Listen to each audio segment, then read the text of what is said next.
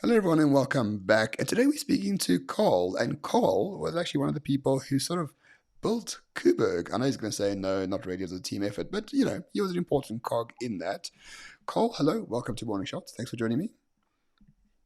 Aaron, thank you very much for having me.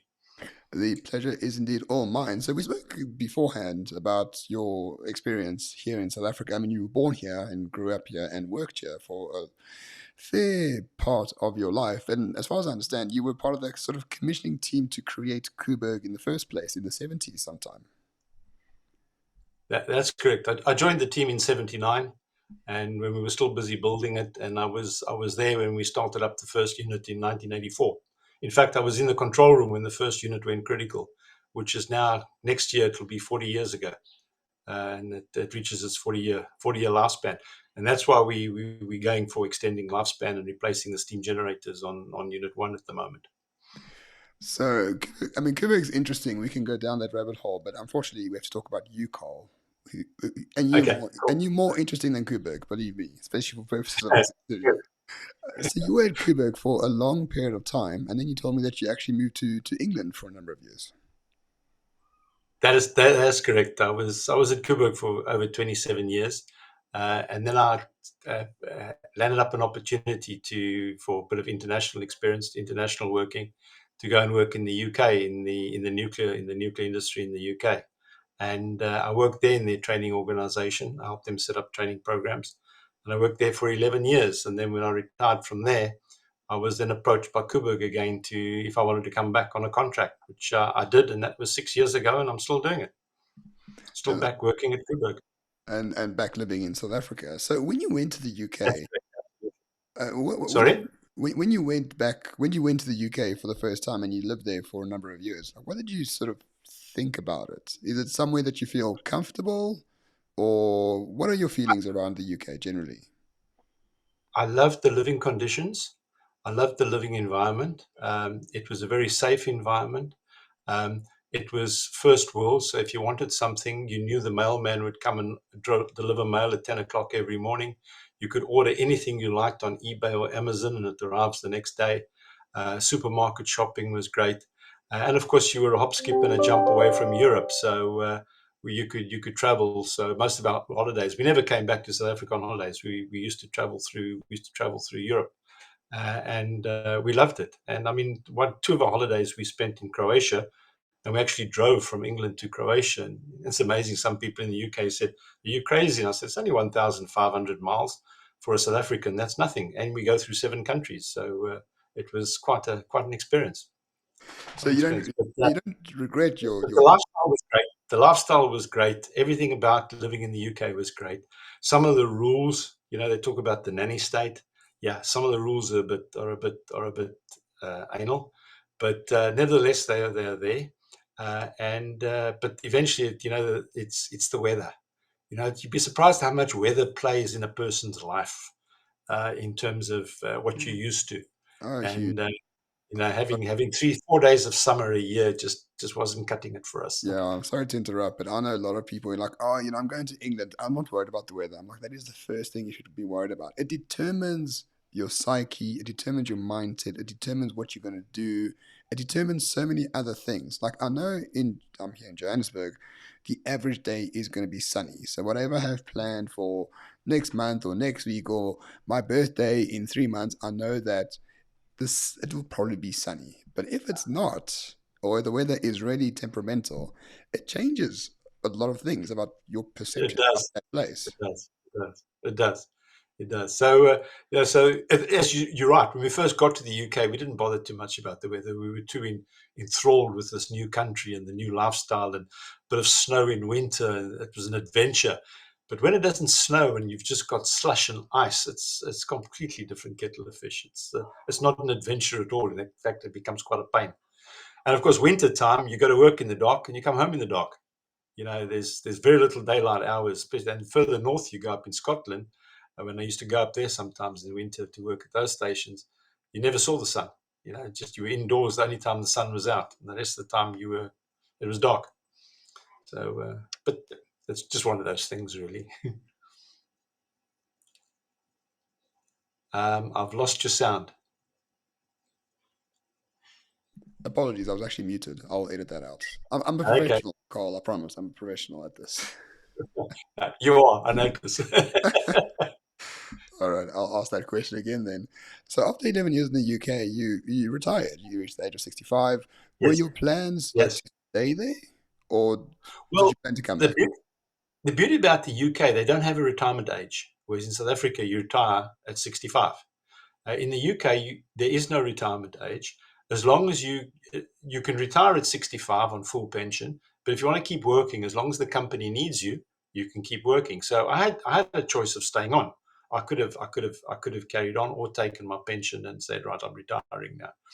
And my wife and I discussed that a lot. And of course, with the kids, our kids moving back to the UK, we only had a granddaughter living there who's still there at the moment, and a daughter. Um, we decided, that this is where we miss South Africa. We just were missing it way, way too much, and getting homesick. You do after 11 years, you get homesick, and it's not just for the family; it's for your country. And we opted to take, especially when the opportunity came. Had I not got the offer from Koeberg, I don't know. I might have stayed in the UK for another couple of years. I don't know. But having got the offer from the UK, plus heading into retirement, at least the offer from Koeberg, and heading into retirement, I jumped at it, and no regrets. As I said, 6 years down the road, still doing it. And you're still doing it to this day. And I mean, you've been at Koeberg before for, you said, 27 years, I believe, and now you've been there for another six.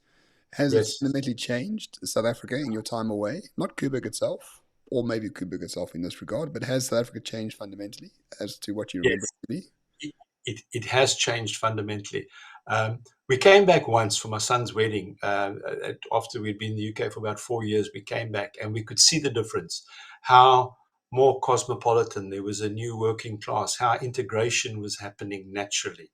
And it really impressed us. It really, really impressed the way society was just, in this new generation that didn't grow up in the apartheid years, had suddenly just, to them, apartheid, what was that? And I look at my students today, and they're exactly the same.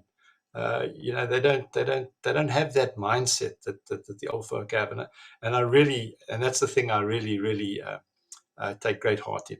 And then when we came back after the 11 years, there was even more so of that. And it's a whole new working environment. The people you're working with, it's completely different, and you can see there's a whole change in the. I can understand why they brought out all the diversity factors in terms of BE of it. I, I can understand it. I don't know whether I would, if I was in charge, whether I would have gone about it in the same way, but I can understand why they had to do it, and I can see the dividend that is paying. But at the same time, we need to draw a line somewhere and say, okay, we need to start factoring on skills now, and Mm. not just on who you are, gender, ethnicity, etc., etc. And slowly but surely, we're starting to get that way. When I saw a guy like Andre de Ruyter, when he took over Eskom, and he came to talk to us at Koeberg, hell, man, it was almost like I was pumping blue Eskom blood again, because it gave you that. He was able to put that excitement back into your life. And it's a pity that he wasn't able to just carry on and do the job that he wanted to do, that they employed him to do. That they put so many hurdles in front of him. It was just not Yeah, funny. But no. that, of course, is a story completely.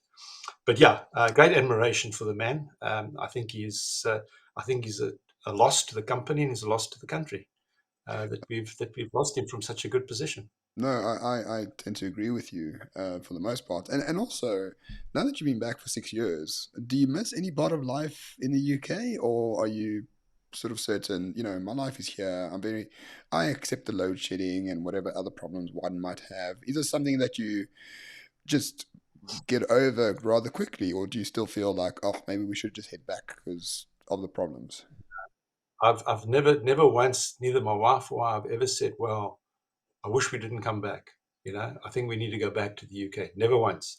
Um, we just accept what's happened. We've got load shedding. Okay, so you take your house and you put your house as much off grid as you can, Hmm. and you take care of it. I mean, I could sit and have this conversation with you even if we were load shedding, and I'd still be able to do it. But of course, not everybody can afford to do that. Not everybody's in a position to do that. But it's the way, that's the change that I'm seeing happening in the country. How many people are becoming more independent, not just from electricity, from everything. People are becoming a lot more independent and not relying on the state and the government to supply, but to go out and actually find it themselves and do it themselves. And And it's that, that's a big, it's a yeah, huge change. and it's that pioneering spirit, I think, that will determine South Africa's future, whether politically or socially, but I think more socially than politically. But at the end of the day, what's nice about South Africa is that the South African state is not strong at all. Yeah, So it yeah, leaves us to solve many of our own issues by ourselves. We don't need a license from the council or some other nonsense you have to do in England, to solve a real exactly. problem. Yeah, we just do it. Exactly. I mean, I was watching a reality program called Clarkson's Farm. I don't know if you watched it, Jeremy Clarkson. I've watched all of And, it. Great. and I watched, look at all the hoops he had to go through just to farm.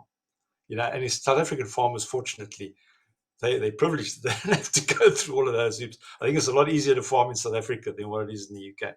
And we produce most likely better crops as well.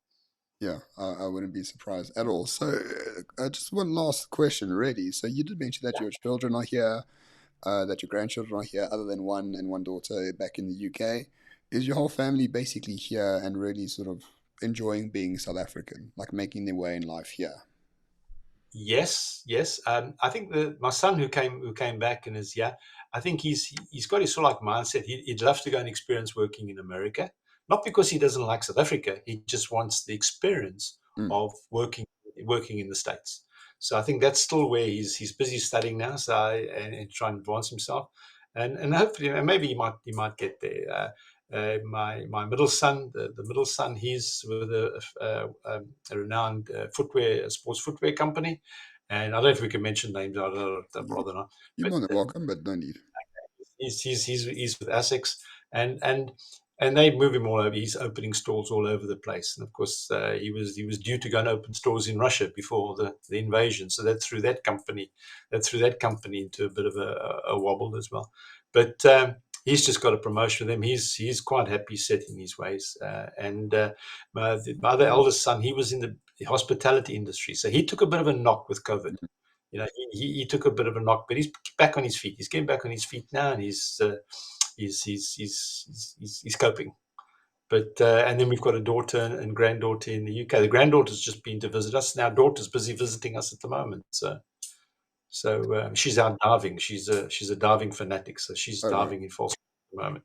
Yeah, no, Yeah, you can't do that in Dover or Brighton. exactly, exactly. She has to go to Europe to go and do that.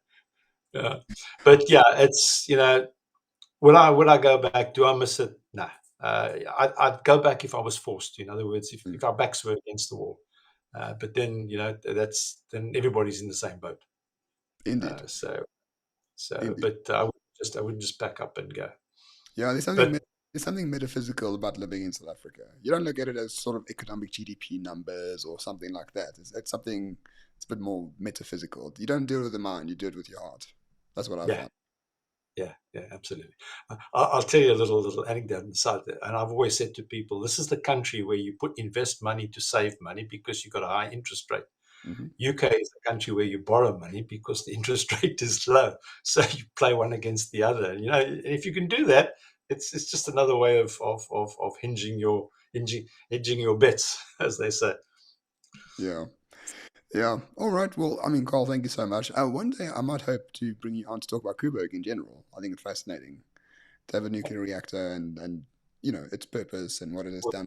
look, I can certainly talk to you about my own personal experience. Yes. I have to be mindful as to I'm not an official ESCOM spokesperson, so I cannot certainly comment on any media statements or anything like that. I have to. We've got a very clear line on what we can say and what we can't say. But I No, can certainly share with you personal experiences. that Yes, will that I can. that I I promise can will do. just be your Yeah, story.